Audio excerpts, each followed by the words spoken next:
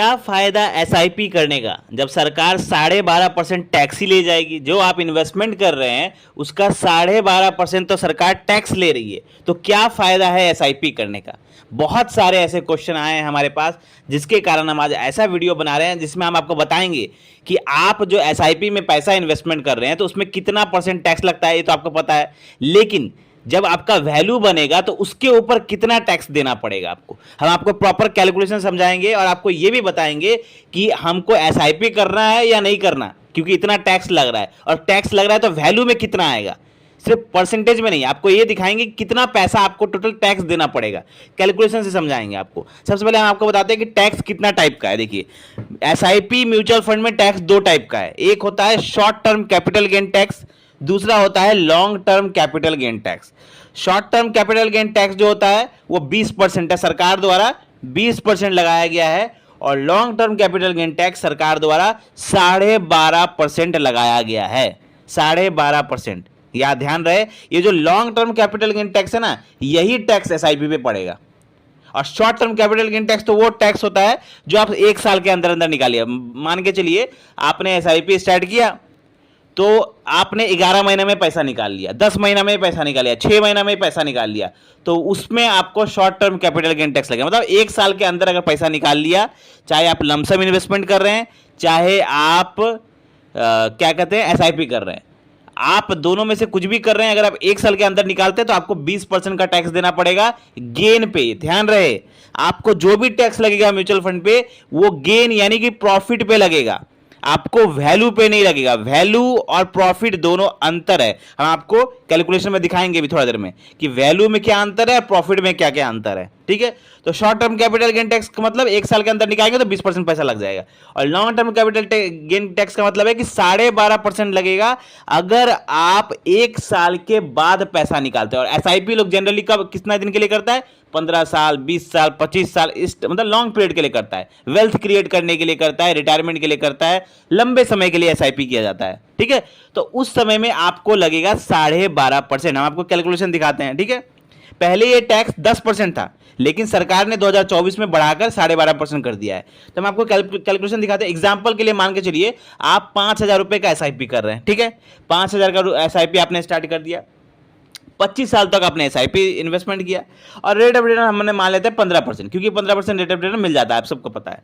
तो 15% का rate of return मानते हैं, तो 25 सालों में आपका पैसा जो जमा होगा, ध्यान रहे, ये सब ध्यान दीजिएगा, पैसा जो जमा होगा वो होगा 15 लाख रुपए। मतलब आपका पॉकेट से कितना पैसा लग रहा है, 15 लाख रुपए, 15 लाख रुपीस आपका यहां पर पैसा लग रहा है। ठीक है, और यहां पर रिटर्न कितना मिल रहा है आपको, उसके ऊपर रिटर्न मिल रहा है 1,49,00,000 रुपए, और रिटर्न और इन्वेस्टमेंट अमाउंट दोनों को जोड़ के जो वैल्यू बन रहा है वो है 1,64,00,000 रुपए। तो अब आपका मन में आया कि हमने तो 1,64,00,000 रुपए बना लिया, अब जब हम पैसा निकालेंगे तो हमको कितना टैक्स देना पड़ेगा। ठीक है, अब इसका देखिए, कैलकुलेशन देखिए, जितना आपका वैल्यू बनता है उसके ऊपर टैक्स नहीं लगता। आपका वैल्यू कितना बना है, 1,64,00,000 रुपए, तो 1,64,00,000 रुपए पे टैक्स नहीं बनेगा, आपका टैक्स बनेगा रिटर्न पे। आपने कितना रिटर्न कमाया है, पहले ही मैंने बताया था, प्रॉफिट पे टैक्स लगता है, गेन पे टैक्स लगता है, वैल्यू पे टैक्स नहीं लगता।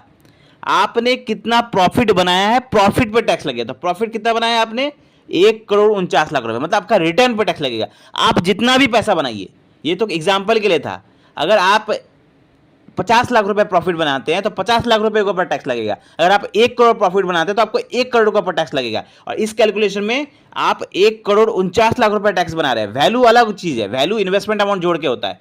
तो आप जितना रिटर्न बना रहे हैं, रिटर्न यानी प्रॉफिट बना रहे हैं, उसके ऊपर टैक्स लगेगा। तो यहां पर रिटर्न आप देख सकते हैं 1,49,00,000 रुपए होता है, 1,49,00,000 रुपए के ऊपर टैक्स लगेगा। अब कैसे लगेगा देखिए, वो कैलकुलेशन में देखिए आप, 1,49,00,000 रुपए आपका प्रॉफिट है, उससे माइनस हो जाएगा कितना, 1,25,000 रुपए। 1,25,000 सरकार के द्वारा लॉन्ग टर्म कैपिटल गेन पे छूट दिया जाता है, सरकार की तरफ से पहले ही छूट दे देता है कि हाँ आपको 1,25,000 माफ है, छूट है, एग्जेम्पशन है। तो 1,49,00,000 रुपए से माइनस हो जाएगा, कितना माइनस हो जाएगा, 1,25,00,000 रुपए माइनस हो गया। ठीक है, अब कितना बच गया, आप देखिए, अब बच गया 1,47,75,000 रुपए बच गया। मतलब आपका जो भी वैल्यू बनेगा, जो भी रिटर्न बनेगा, रिटर्न वैल्यू नहीं, जो भी रिटर्न बनेगा, रिटर्न से माइनस हो जाएगा आपका 1,25,000 रुपए। ये फिक्स्ड है, ये सरकार द्वारा छूट दिया जाता है, 1,25,000 रुपए माइनस हो जाएगा। और जो पैसा बचेगा उसका ऊपर टैक्स लगेगा कितना, 12.5%। तो कितना पैसा बना, कितना पैसा बचा है, 1,47,75,000 रुपए बचा। इससे हम लोग कितना टैक्स निकालेंगे, 12.5%। तो 12.5% कितना आ रहा है, 18,46,875 रुपए। तो ये जो वैल्यू है ये हो गया टैक्स। अब ये वैल्यू आपको देना है सरकार को, सरकार ये वैल्यू ले लेगी टैक्स के रूप में। तो 18 लाख, 18.5 लाख रुपए के आसपास आपका यहां पर टैक्स लग जाएगा। अगर आप 1.5 करोड़ रुपए के आसपास बनाते हैं तो आपका 18.5 लाख रुपए टैक्स के रूप में सरकार के पास चल जाएगा। अब टैक्स तो अब जो रूल है तो रूल है, ठीक है। तो यहां पर अगर आप ये देख रहे हैं कि हमारा 18 लाख रुपए टैक्स लग रहा है, तो आप ये भी तो गौर करिए कि आपका वैल्यू कितना बना था, 1,64,00,000 रुपए। अगर इससे हम 18 लाख रुपए माइनस भी कर देते हैं तो भी 1,45,00,000 रुपए तो आपके पास बच रहा है ना। तो आपने 1,45,00,000 रुपए तो कमाया ना। कितना पैसा लगाया, इन्वेस्टमेंट अमाउंट कितना है आपका, 15 लाख रुपए।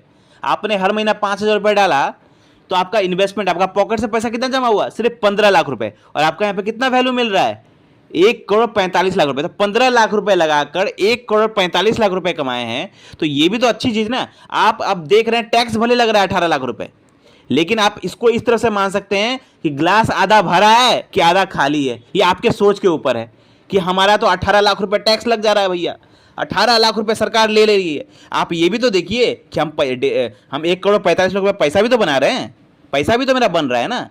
अब सरकार देखिए क्या है, तो रूल है उनका सरकार का कि जितना आप कमाएंगे सरकार उसका ऊपर लेने के लिए बैठे रहते हैं। अगर आप कम कमाएंगे सरकार को कोई मतलब नहीं है, सरकार देखने भी नहीं आएगी। लेकिन जहां आप पैसा कमाएंगे सरकार लेने के लिए आ जाएगी। ये तो आप सरकार का नियम, इसमें कुछ कोई कर नहीं सकता है, ठीक है। लेकिन इस टैक्स से कैसे बचना है, अगर आप कमेंट करेंगे तो हम इसके लिए एक स्पेशल वीडियो बना देंगे कि आप टैक्स से कैसे बच सकते हैं, ठीक है। अब आपने यहाँ पे देखा कि आपने 1,45,00,000 रुपए बना लिया, यहाँ पे टैक्स देने के बावजूद बनाया 1,45,00,000 रुपए। वहीं अगर आपने 5,000 रुपए का आपने यहाँ पे SIP किया था तो आपने लगभग 1,45,00,000 रुपए बनाया टैक्स देके। वहीं अगर आप 5,000 रुपए का PPF करने जाएंगे, क्योंकि फिक्स डिपॉजिट में तो आपको एक बार पैसा डालना है, तो अगर एक और स्कीम है गवर्नमेंट की PPF, अगर PPF में इन्वेस्ट करते हैं 5,000 रुपए करके पर मंथ, यानी कि साल का 60,000 रुपए, तो 25 साल में आपका वैल्यू कितना बन रहा है, 41 लाख रुपए। कहाँ 41 लाख रुपए वैल्यू बन रहा है सरकारी स्कीम में, और कहाँ SIP में आपका कितना बन रहा है, 1,45,00,000 रुपए। जमीन आसमान का अंतर है, 3 गुना पैसा ज्यादा बन रहा है यहाँ पर, लगभग 3 गुना पैसा ज्यादा बन रहे हैं। तो टैक्स बचाने के उपाय तो बहुत सारे हैं। आप अगर बोलेंगे तो हम उसके लिए एक स्पेशल वीडियो बना देंगे कि आप जब पैसा बनाएंगे तो आप कैसे आप टैक्स बचा सकते हैं। लेकिन भैया पहले टैक्स के बारे में सोचने से अच्छा है कि पहले पैसा बनाइए, पैसा बनाइए, उसके बाद बहुत सारा रास्ता निकलता है। आप बहुत सारे ऐसे चीज में इन्वेस्ट कर सकते हैं जहां पर आप टैक्स बच पाए। जब आप वैल्यू निकालेंगे तो आप कुछ ऐसा कर पाएंगे जिससे आप टैक्स बचा पाएंगे। लेकिन पहले शर्त ये है कि पहले पैसा तो बनाइए। पैसा है ही नहीं, पहले टैक्स के बारे में सोच रहे हैं। इन्वेस्टमेंट करने से पहले अरे टैक्स देना पड़ेगा सरकार को 18 लाख रुपया, 1.5 करोड़ बनाएंगे तो 18 रुपया सरकार ले लेगी। लेकिन पहले पैसा तो बनाइए, पैसा बनेगा उसके बाद कोई ना कोई ऑप्शन निकल ही जाता है, कोई ना कोई ऐसा तरीका निकल जाता है जिससे कि आप अलग जगह इन्वेस्ट करके उस पैसे को यूज करके आप अपना टैक्स बचा ले। तो मेन बात है पहले पैसा बनाइए, उसके बाद सोचिए कि टैक्स देना पड़ेगा या नहीं देना पड़ेगा। आई होप आपको ये वीडियो अच्छा लगा होगा। मिलते हैं कल एक और वीडियो के साथ। थैंक यू, धन्यवाद।